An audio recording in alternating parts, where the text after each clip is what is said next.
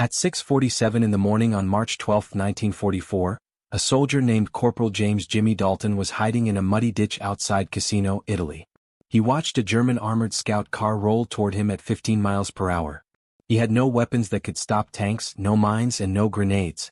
All he had was a piece of old rusty barbed wire wrapped around a shovel handle. Every officer in the 34th Infantry Division had told him he was absolutely not allowed to use it. In the next 90 seconds, that homemade tripwire would prove everyone wrong and save an entire company from being destroyed. The official U.S. Army Field Manual listed 16 approved ways to stop light armor. Dalton's method wasn't one of them. Battalion Command had threatened to court-martial him twice for making unauthorized changes in the field that put people in danger. But rules don't mean much when you've watched 11 men die in 3 weeks because the approved methods need equipment nobody has. Dalton pulled the wire tight. The morning fog hung over the Leary Valley like wet cotton. He could hear the scout car's engine grinding through the gears. The commander's hatch was open, probably looking for the American positions everyone knew were here. The wire shook in his hands. One chance. He waited. Jimmy Dalton grew up in Gary, Indiana. His father worked at the blast furnaces at U.S. Steel, 15-hour shifts, handling melted iron, earning a paycheck that barely paid for rent and food for 6 kids. Jimmy was the middle child. He spent afternoons at the train yards instead of school, learning which train cars carried what, which parts broke most often, and how to make temporary fixes with whatever scrap metal he could find. At 17 he was learning to be a switchman. The work taught him to think in systems, to see how one failure led to another. A loose pin could make 6 cars crash. A worn cable could snap and kill a worker. You learn to spot problems before they become disasters. And you learn to fix them with wire, rope, and creativity because the company definitely wasn't buying new equipment. He joined the Army in January 1943, 3 months after his 19th birthday. The recruiter promised training, steady pay, and a chance to see the world. Dalton got 8 weeks of basic training, a rifle he'd never fired before, and a boat to North Africa. By the time he reached Italy in September 1943, he'd seen enough of the world to know the recruiter had lied about everything else too. The 34th Infantry Division ground its way up the Italian peninsula like a millstone. Every village was fought over. Every hill had German machine guns. Every river crossing cost lives. But what killed more Americans than enemy fire was German reconnaissance. Light armored cars and half-tracks that checked U.S. positions at dawn and dusk, calling in artillery on any group of troops they found. The SD, KFZ, 222 was the Wehrmacht's favorite. 4-wheeled, open-topped, armed with a 20mm autocannon and an MG-34 machine gun. Fast enough to escape, armored enough to ignore rifle fire, light enough to drive on mountain roads the Tigers and Panthers couldn't use. They'd appear out of nowhere, blast a position with cannon fire, and disappear before anyone could fight back. American rules said to fight reconnaissance vehicles with anti-tank rifles, bazookas, or mines. The problem was simple. Nobody had any. The 34th had 9 bazookas for the entire division. Anti-tank rifles had been gotten rid of. Mines were saved for defensive positions, not daily patrols. So soldiers died while scout cars mapped their positions and called in the artillery that killed them 12 hours later. Private First Class Eddie Kowalski died on February 18, 1944. A 222 rolled past his foxhole at dawn. Kowalski fired his M1 Garand. The bullet sparked off the armor. The scout car's MG-34 fired back. Kowalski took 3 rounds in the chest. He was 20 years old, from Pittsburgh, a machinist's son who joined with Dalton on the same day. Sergeant Mike Brennan died on February 23. Another 222. Another dawn patrol. Brennan tried to hit it with a grenade from 30 yards. Missed. The autocannon found him. He taught Dalton how to set up a fighting position, how to read terrain, how to keep your feet dry in the Italian mud. He was 24, from Brooklyn. He had 4 sisters. His mother would get the telegram on March 2nd. Corporal Luis Vargas died on March 4th. Same pattern. The 222s were getting bolder. This one drove right through the company's position at dusk, machine gun blazing. Vargas was from El Paso. He spoke better Spanish than English. He always shared his cigarettes even when he only had 3 left. The autocannon caught him running for cover. The medic couldn't stop the bleeding. By early March 1944, the 34th Infantry Division had lost 47 men to reconnaissance vehicles in 6 weeks. Not in battles, not in attacks, just scout cars doing their job while Americans had no answer. Dalton watched each one. He knew Kowalski and Brennan personally. Vargas had been in his squad. Each death felt like it could have been prevented. Each death made him angrier. The official response from battalion was predictable. Stay in defensive positions. Save anti-tank weapons.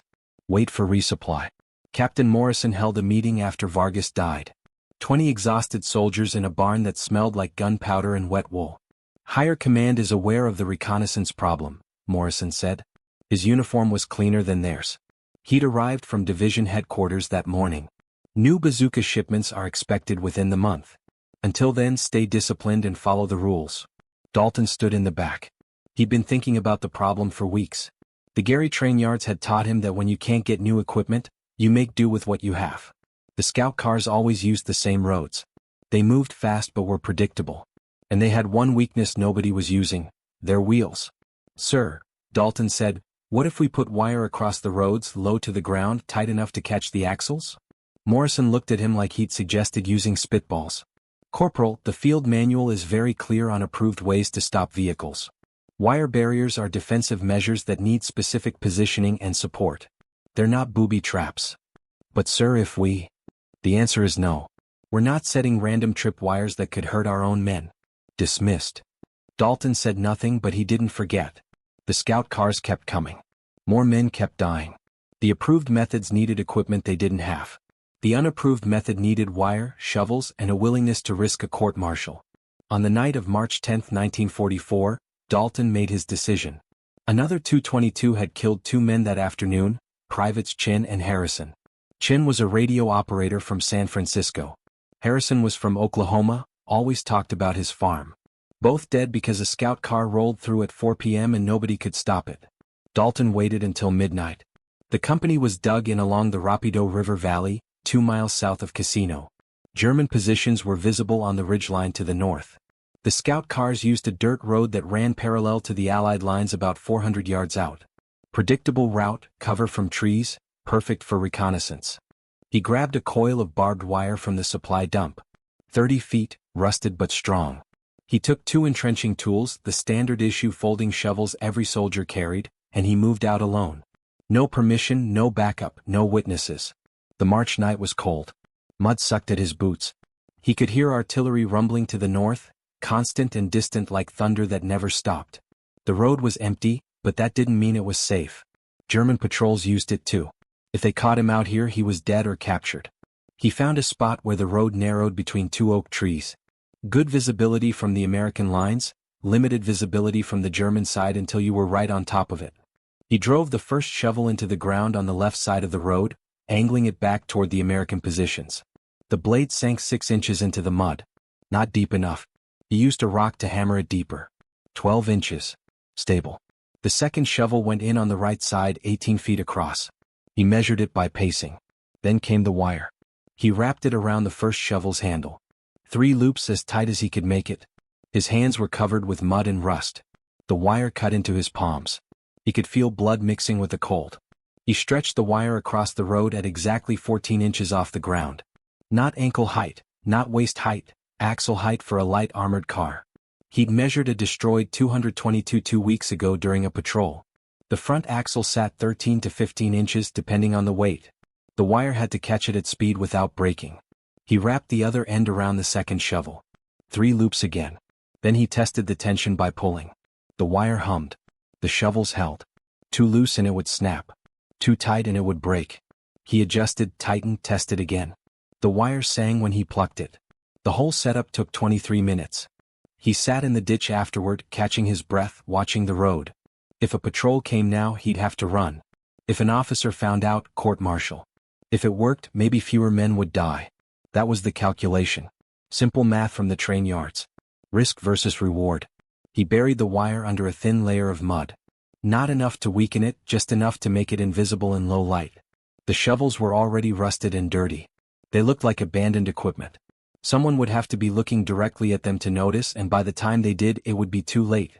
Dalton crawled back to the American lines at 1:15 a.m. He didn't tell anyone. He couldn't. Morrison had been clear. This was unauthorized. This violated doctrine. This was exactly the kind of taking charge that got you punished in the army, even if it saved lives. He lay in his foxhole and waited for dawn. The wire was out there, tight and invisible, waiting. The scout car appeared at 6:43 a.m. on March 12, 1944. Dalton was on watch, eating cold food from a tin. The morning fog was thick enough to cut. Then he heard it, the distinctive whine of a German straight-six engine. SD. KFZ. 222 coming from the north at medium speed. He didn't move, didn't call out. Nobody else had heard it yet. The car came out of the fog at 600 yards. Gray paint. Commander's hatch open. Moving at what Dalton guessed was 15 miles per hour. Routine patrol. They weren't expecting trouble. 500 yards. Dalton could see the commander now, looking through binoculars. The gunner was moving the 20 millimeters, probably out of boredom more than caution. 400 yards. The car stayed on the road. Perfect. 300 yards. Dalton's hands were shaking. This either worked or it didn't. If it didn't, the scout car would find them and call artillery. If it did, he'd broken direct orders and there'd be consequences. He didn't care. Chin and Harrison had died 2 days ago. Vargas, Brennan, Kowalski before them. The list was too long. 200 yards. The car sped up slightly, probably wanting to get through the area quickly. 50 yards from the wire. Dalton could see the front wheels clearly now. Covered in mud, spinning fast. The wire caught the front right wheel at 6:47 a.m. What happened next was immediate and violent. The wheel locked, the axle seized, but the car's speed was too great. 15 miles per hour meant 22 feet per second. The locked wheel acted as a turning point. The entire vehicle flipped. It happened in pieces. First, the nose went down, then the back lifted. The commander had maybe half a second to realize what was happening before the car went vertical. It rolled once, twice, 3 times, tumbling down the road in a shower of mud and torn metal. It stopped upside down. Dalton was already moving. He grabbed his M1 and ran toward the wreck, yelling for covering fire. Other soldiers poured out of their positions, rifles up. The scout car's engine was still running, wheels spinning uselessly in the air. Smoke poured from the engine compartment. The commander was dead, thrown clear during the second roll, his neck broken. The gunner was trapped under the turret, unconscious and bleeding. The driver was crawling out through the windshield, dazed but alive. Dalton reached him first. The German was maybe 22, blonde hair covered with blood. He looked up at Dalton and raised his hands. No fight left. Dalton pulled him clear and passed him to Private Morrison, no relation to the captain. Then he saw the wire. Still attached to the front axle, still wrapped around the rusted shovel handles.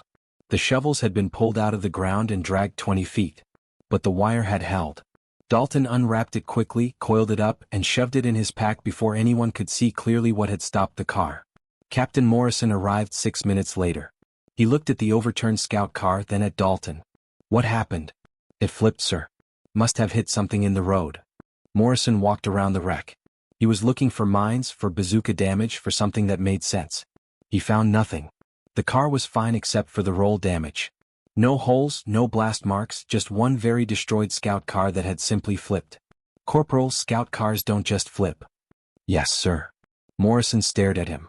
He knew something was off, but the German was captured, the car was stopped, and nobody was dead. He let it go. Get this vehicle recorded. I want photographs and a report. Yes, sir. By noon, every soldier in the company knew something was wrong with the official story. Scout cars didn't flip themselves. But Dalton wasn't talking and nobody else had seen what happened. Private Morrison, the one who'd taken the German prisoner, found Dalton cleaning his rifle at 2 p.m. What really happened out there? Dalton didn't look up. Car flipped. Jimmy, I saw wire in your pack. I saw the shovels. Dalton stopped cleaning. He looked at Morrison for a long moment. They'd been in basic together. Morrison was from Gary too. South Side. They'd known each other since they were kids. If anyone would understand, it was him. You didn't see anything, Dalton said quietly. Morrison sat down. If I did see something hypothetically, would it work again? Yes. Can you teach me? That night, after dark, Dalton showed Morrison how to set up the wire. 2 more shovels, 30 more feet of barbed wire. A different section of road, 300 yards north. Same height, same tension, same burial. Morrison did it himself while Dalton watched. By March 15th, 6 soldiers knew the method. Dalton hadn't told them. Morrison had told one. That soldier told another. Word spread through the underground network that exists in every military unit, the whispered conversations that happen after officers go to sleep. Private Jackson put one on the road to San Pietro. Private Ali set one up near the Garigliano River. Corporal Williams put one across a trail the Germans used for night patrols. None of them had permission. None of them wrote it down. They just did it. The second 222 hit Jackson's wire on March 18. Same result. The car flipped, killed the commander, injured the crew. Jackson was smart enough to remove the wire before anyone investigated. The third car hit Ali's trap on March 21. This one didn't flip completely, but it crashed hard enough to disable the vehicle. The crew left it behind. By March 25, German reconnaissance in the 34th Division sector had dropped by 60%. The 222s were still checking things out, but they were moving slower, taking different routes, showing more caution. Something had changed and they didn't know what. Lieutenant Klaus Richter of the 29th Panzergrenadier Division noticed it first. Richter commanded a reconnaissance platoon, 3 222s, experienced crews. He'd been running patrols in the casino sector since January. He knew the roads. He knew the American positions.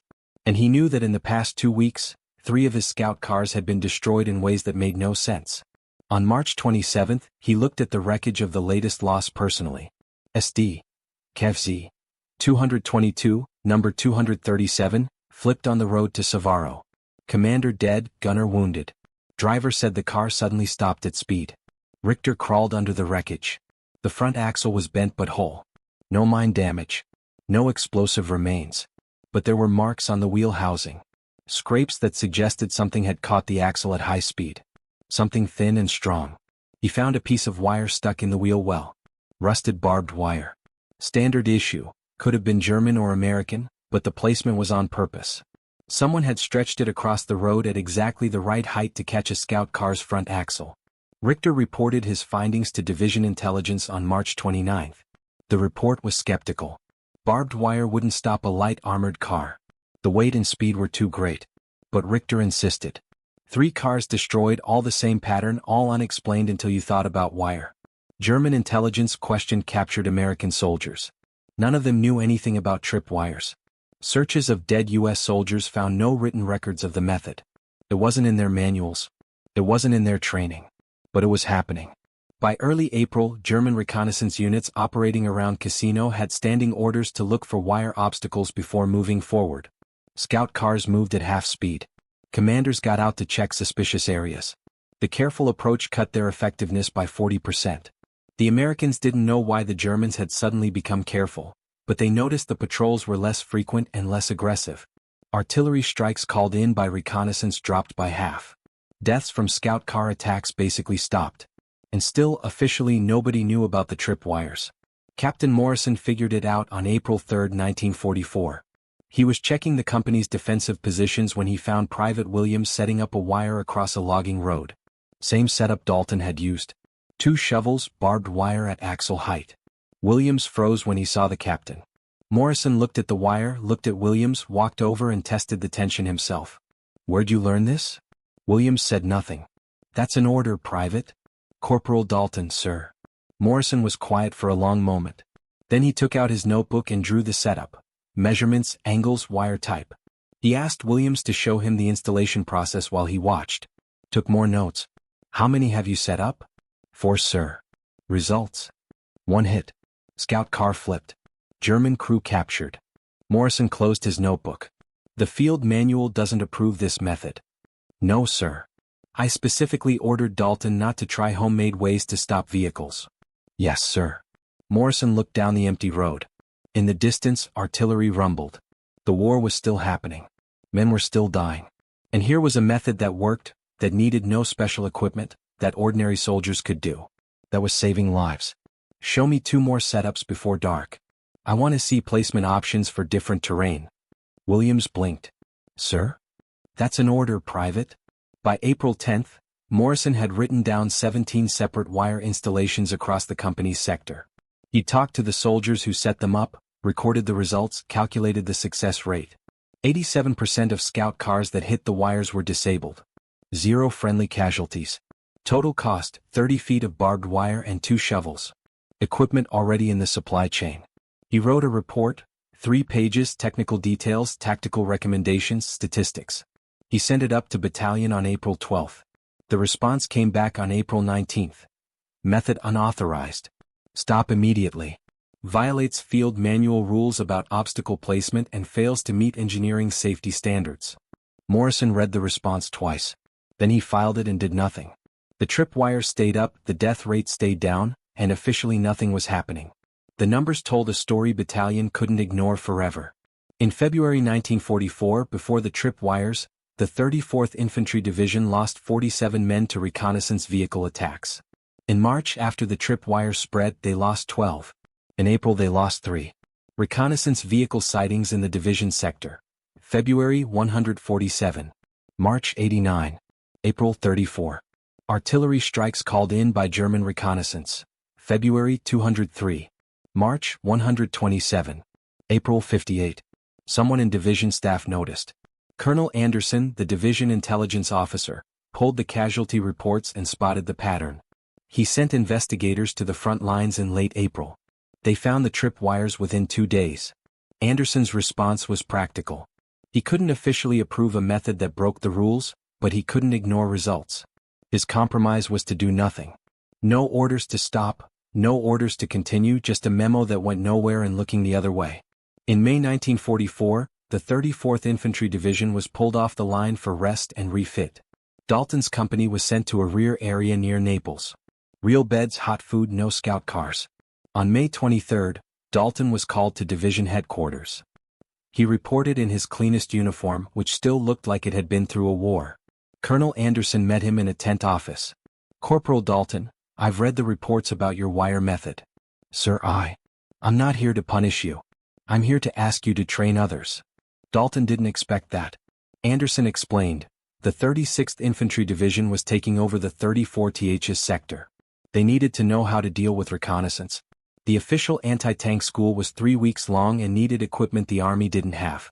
Dalton's method took one night and materials from the supply dump. "I can't make it official," Anderson said, "but I can assign you to a training detail. You teach the method to scout and sniper teams. We call it improvised obstacle placement in the paperwork. Nobody needs to know exactly what that means." Dalton spent 2 weeks in June 1944 teaching 60 soldiers how to set tripwires, placement, tension, hiding it, removal, every detail he'd learned through trial and error. The soldiers were doubtful at first. Wire wouldn't stop armor. But Dalton showed them photographs of flipped scout cars and gave them death statistics. By July, the method had spread to 3 divisions. By August, it was in use across the Italian front. Never officially written down. Never in the training manuals. Just whispered knowledge that passed from unit to unit, soldier to soldier. Conservative guesses credit Dalton's tripwire method with destroying or disabling 43 German reconnaissance vehicles between March and August 1944. Those vehicles would have called in hundreds of artillery strikes. The strikes would have killed hundreds of soldiers. Lives saved, hard to calculate exactly, but easily in the 300 to 400 range. The official record said the drop in reconnaissance deaths was due to improved defensive awareness and enhanced anti-tank capabilities. Dalton's name appeared in no reports. His invention received no medals. The Army preferred it that way. Admitting that a corporal had solved a problem that stumped the engineering corps was bad for morale. James Dalton survived the war. He was discharged in November 1945 with the rank of sergeant and a combat infantryman badge.